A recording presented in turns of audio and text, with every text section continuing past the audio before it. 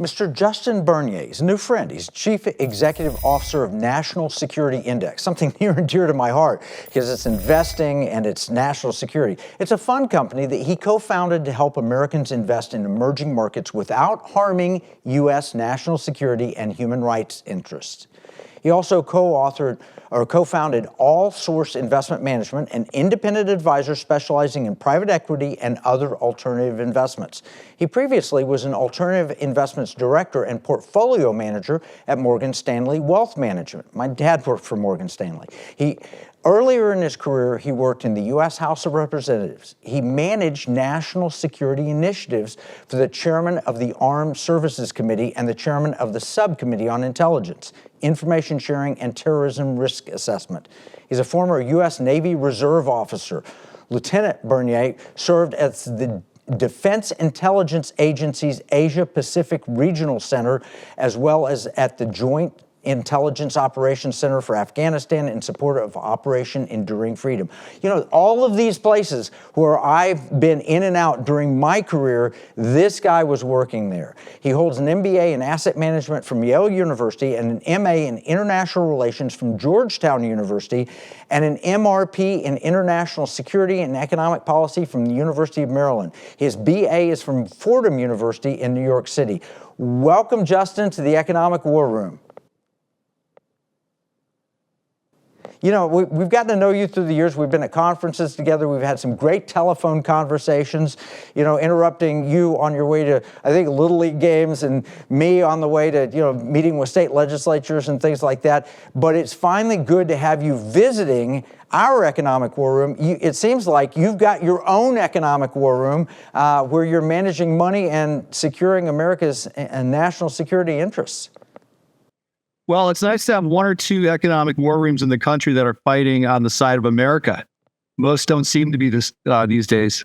That's true. And they're funded by the World Economic Forum or whatever. And there are these great think tanks that are, you know, literally making wealthy people wealthier. You're giving ordinary people an opportunity to invest, hopefully increasing their wealth, but also preserving America's national security. That's right, Kevin. We've got a process where we take out bad actors. And a lot of Americans, those that don't watch your show, that is, may be unaware just the magnitude of the Chinese military companies and the human rights violators that are inside of everyday investment products in the United States, state pension funds, retirement accounts, mutual funds, ETFs. It's all over the place.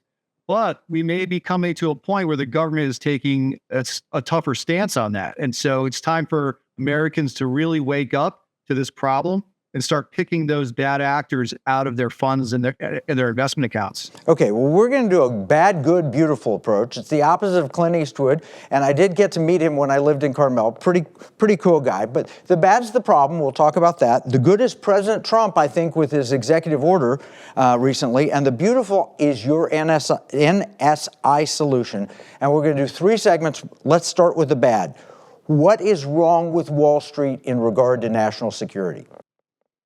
Wall Street does not screen out Chinese military companies and companies that use slave labor that have been sanctioned by the U.S. government. So you can imagine inside of U.S. capital markets are the very companies that make China's aircraft carriers, their fighter bombers, all sorts of missiles. In fact, the very companies that build China's nuclear weapons are inside of U.S. American accounts. Now, Wall Street takes the view that, well, if it's not illegal, we're going to do it.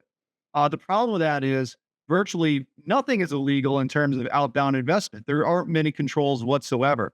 The State Department has a few restrictions on companies that U.S. persons cannot invest in, but it doesn't include their subsidiaries, and it doesn't include most of the companies that are part of what we call the PLA value chain, People's Liberation Army value chain.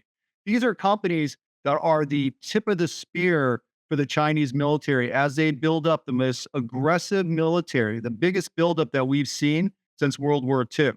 So that's really the bad in a nutshell. It doesn't even get into the human rights abusers. A lot of folks are familiar with the Uyghur forced labor camps in Northwest China. Those are in U.S. investment accounts as well.